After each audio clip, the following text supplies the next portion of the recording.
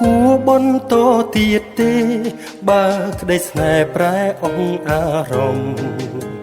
សន្យាមកគុំយំបើពេលនេះបងចង់បែកគ្នាខ្មាំងអតីតធ្លាប់សាងតែគ្រប់យ៉ាងពីងបាក់ពណ៌នាចិត្តធ្លាប់ស្រឡាញ់គ្នាមិនដឹងថាបាត់ទៅណាឡើយបើបែកគ្នាពេលនេះមិនធ្វើឲ្យអូនឈឺចាប់យូររកអ្នកថ្មីជាគូកុំតស៊ូនឹងមនុស្សដូចបងបែកពីអូនមិនមែនមានថ្មីក៏មិនយល់ថាមកពីអ្វីគ្រាន់តែដឹងថានិស្ស័យយើងទាំងពីរលែងជាសង្សារសុំបែកគ្នាមិនមែនមានថ្មី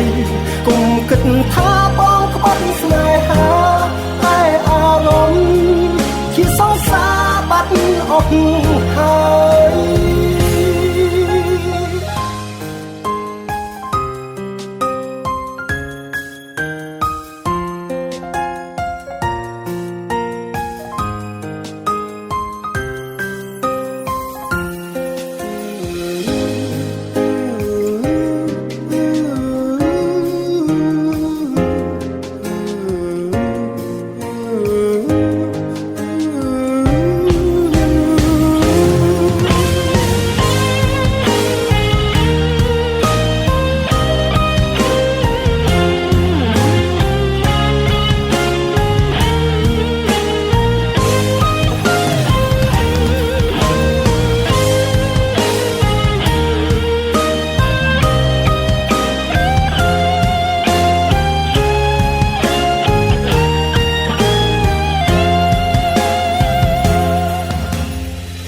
បន្តទៀតទេ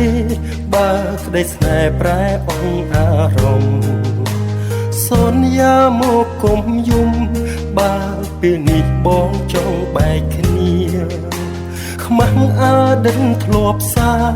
តែគ្រប់យ៉ាងពីងបាក់ពណ៌នាចិត្តធ្លាប់ស្រឡាញ់គ្នាមិនដឹងថាបាត់ទៅណាឡើយបើបែកគ្នាពេលនេះមិនធ្វើឲ្យអូនឈឺចាប់យូររកអ្នកថ្មីជាគូកុំតស៊ូនឹងមនុស្សដូចបងបែកពីអូនមិនមែនមានថ្មីក៏មិនយល់ថាមកពីអ្វីគ្រាន់តែដឹងថានិស្ស័យ